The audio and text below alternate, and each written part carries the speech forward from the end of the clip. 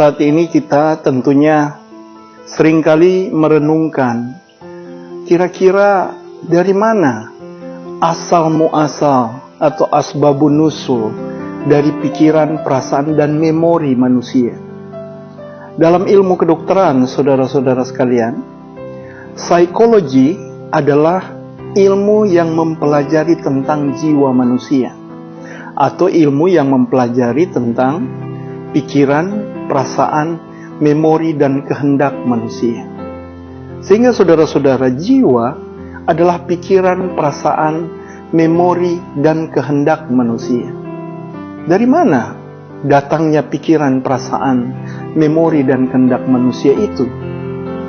Tentunya saudara-saudara, dalam perenungan, dalam buku yang saya tulis, kemudian menuliskan tentang asal muasal, bagaimana pikiran dan perasaan manusia itu datang.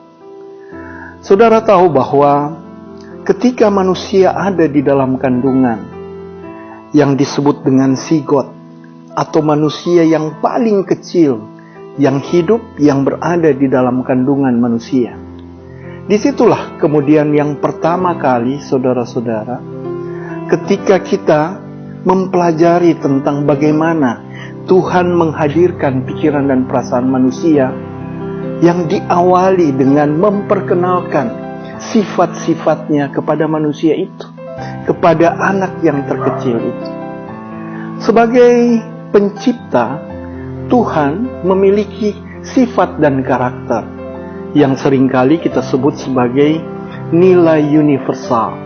Ketika Tuhan menciptakan alam semesta, Dia menciptakan atmosfer, Dia menciptakan terang. Itu menampilkan sifat sosok pencipta, yaitu sifat Tuhan ini. Mengapa Dia menciptakan terang? Karena Dia ingin mengurai kegelapan agar manusia bisa hidup di dalam kegelapan di alam semesta. Karakternya sebagai pencipta adalah Tuhan ingin menolong manusia agar supaya manusia bisa hidup di dalam kegelapan. Manusia tidak bisa hidup di dalam kegelapan. Untuk itulah hadir terang untuk mengurai kegelapan tersebut. Nah, inilah yang kemudian disebut sebagai sifat Tuhan, atau yang disebut dengan sifat universal, yang berkaca pada penciptaan alam semesta, yang kemudian itu dijadikan sifat-sifat Tuhan. Manusia mengenal Tuhan dari sifat-sifatnya, menggambarkan Tuhan dari sifat-sifatnya ketika melakukan penciptaan. Maka saudara-saudara, ketika Tuhan menghadirkan pikiran dan perasaan pada manusia, maka Dia pun memperkenalkan sifat-sifatnya. Pada manusia yang masih dalam keadaan zigot itu, dia belum memiliki pikiran dan perasaan. Tetapi ternyata saudara-saudara, dalam catatan, dalam tulisan psikologi yang saya buat, bahwa sifat pikiran atau karakter Tuhan yang diperkenalkan pada zigot ini ternyata berdampak pada dorongan percepatan dari pengembangan sel-sel otak pada anak itu.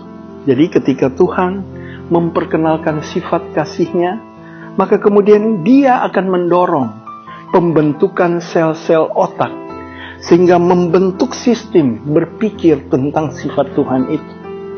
Demikian juga ketika Tuhan memberikan satu rasa tentang kasih, tentang cinta, tentang keadilan, tentang kejujuran, Tuhan kemudian memberikan pengalaman pribadi kepada zigot ini yang ternyata berfungsi mendorong pembentukan sel-sel otak untuk membentuk sistem perasaan pada zigot ini. Maka kemudian terbentuklah sistem berpikir dan berperasaan pada anak ini. Maka itulah yang kemudian disebut sebagai jiwa manusia.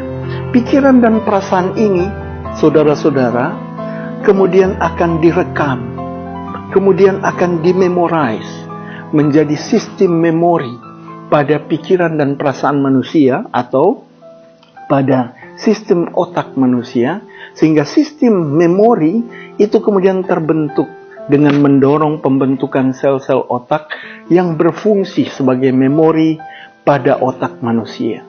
Maka lengkaplah saudara-saudara, jiwa adalah pikiran, perasaan, memori yang kemudian tiga hal inilah yang kemudian mendorong pengambilan keputusan pada manusia, yang sehingga disebutlah jiwa manusia itu memiliki fungsi sebagai fungsi responsibility atau fungsi bertanggung jawab terhadap keputusan yang dia ambil.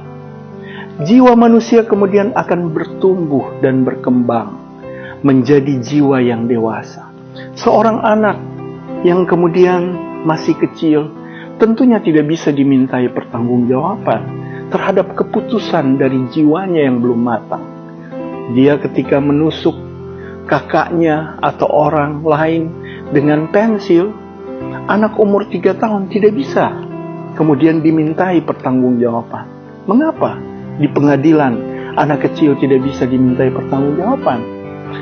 Karena jiwanya belum matang. Sehingga saudara-saudara sekalian, ternyata jiwa bertumbuh, berkembang menjadi jiwa yang matang. Kematangan jiwa itulah yang kemudian mendorong jiwa mengambil fungsinya sebagai fungsi responsibility. Pikiran dan perasaan manusia inilah yang kemudian saudara-saudara menjadi alat interaksi antara manusia satu dengan manusia yang lain. Tetapi jika kemudian kita renungkan kembali, ternyata dalam memori jiwa manusia itu, saudara-saudara, memori kemudian merekam apa yang telah dialaminya ketika masih zigot. Dia merekam sifat-sifat Tuhan.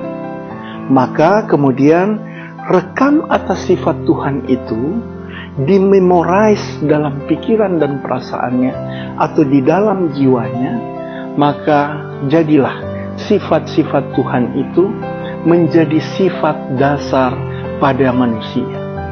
Sehingga saudara-saudara sekalian, manusia tidak perlu diajarkan tentang kejujuran. Manusia tidak pernah diajarkan tentang cinta, kasih, atau diajarkan tentang bagaimana merasakan keadilan. Semuanya itu telah dimemorize di dalam sistem memori pada anak itu. Sehingga ketika kita berbicara tentang kejujuran, keadilan, dan juga berbicara tentang cinta dan kasih, manusia tidak perlu diajarkan.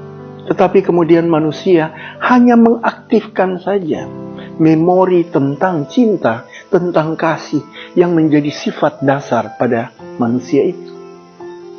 Sehingga saudara-saudara sekalian, ternyata dalam kehidupan manusia, manusia mengekspresikan dua hal, yaitu ekspresi yang berasal dari memori tentang nilai universal dan ekspresi dari jiwa manusia yang berasal dari pikiran dan perasaannya yang tentunya berbeda dengan apa yang dihasilkan dari nilai-nilai universal tersebut yang disebut dengan nilai-nilai individual. Apa yang dimaksudkan dengan nilai-nilai individual? Nilai-nilai individual adalah nilai yang bersumber dari pikiran dan perasaan manusia yang terbatas, yang menjadikan manusia mengekspresikan nilai universal dan nilai individual yang dimaksud. Demikian.